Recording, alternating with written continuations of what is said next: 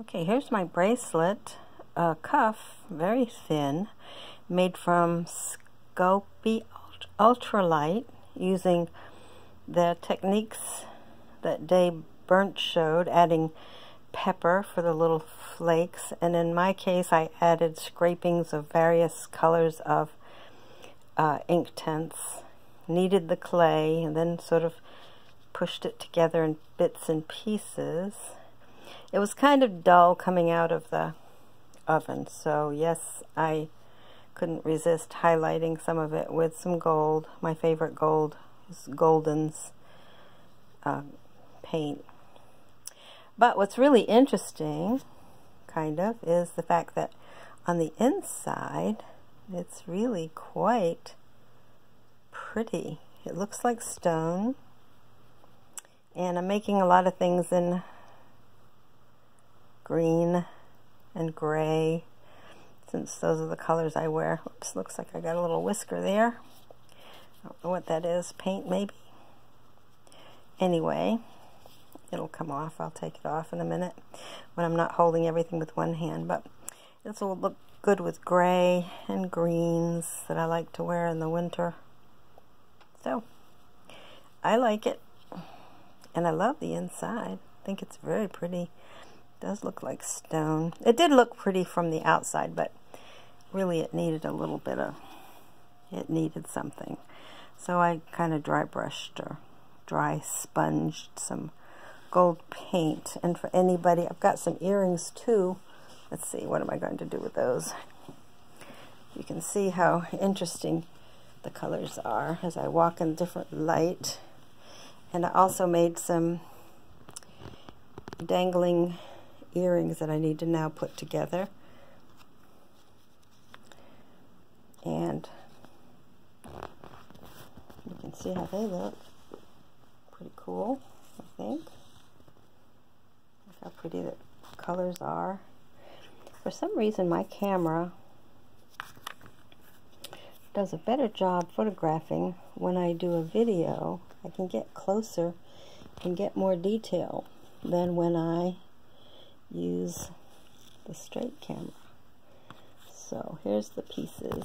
All of this done with Sculpey Ultra Light. Now that I'm looking at it, it would make a really pretty necklace too, wouldn't it? Now that I've arranged it in those pieces. So I'm having fun playing with Sculpey Ultra Light, trying to see what it can do and how it can work. Thank you, Berndt, for getting me excited about this.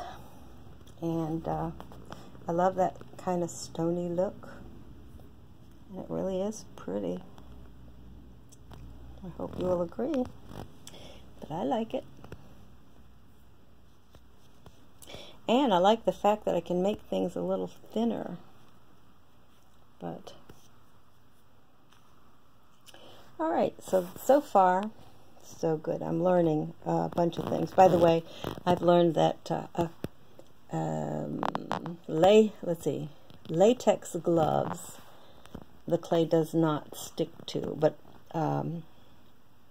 what's the other kind of glove? I'm trying to think. It's not called acrylic, but it's something else. I got those at Dollar Tree, and the clay sticks to them like mad, so you don't want to use those. But the latex glove works great and does not stick. And I'm trying to think of, maybe I can find a package of the gloves. Yeah, these white ones, they're not called, no, these are good. Those are the good ones. But there's another brand, maybe this is it, Vinyl, there it is. These do not work. The clay sticks to them like crazy. But the yellowy latex gloves, no clay sticks to them. So if you really don't want to have all that mess on your fingers, I would recommend that you use these latex gloves, and hopefully you're not allergic to latex, but it worked just great. The other thing I did is I used this form to make a a bracelet. Now I made the mistake of trying to fill the form all the way up to the top. And I shouldn't have done that because it has a little curvature and it needs to, whatever you make needs to sit under that curve and not on top of it. So I did make the bracelet out of the stony material. And it did turn out pretty cool, except for the back. And that tended to crack. So I'm not probably going to be able to use that. I don't think anyway. Maybe I could fill the cracks. I don't know. I sanded them because they were rough. I should not have left that much of the clay sticking above that lip. And that's where I made the mistake. And then here's a couple of other stony pieces. Right. That came out of the oven. And you can see the pretty colors and designs in there. So that's what I have done this morning, and I'm really having fun with this stuff. Can't wait to try a few more things.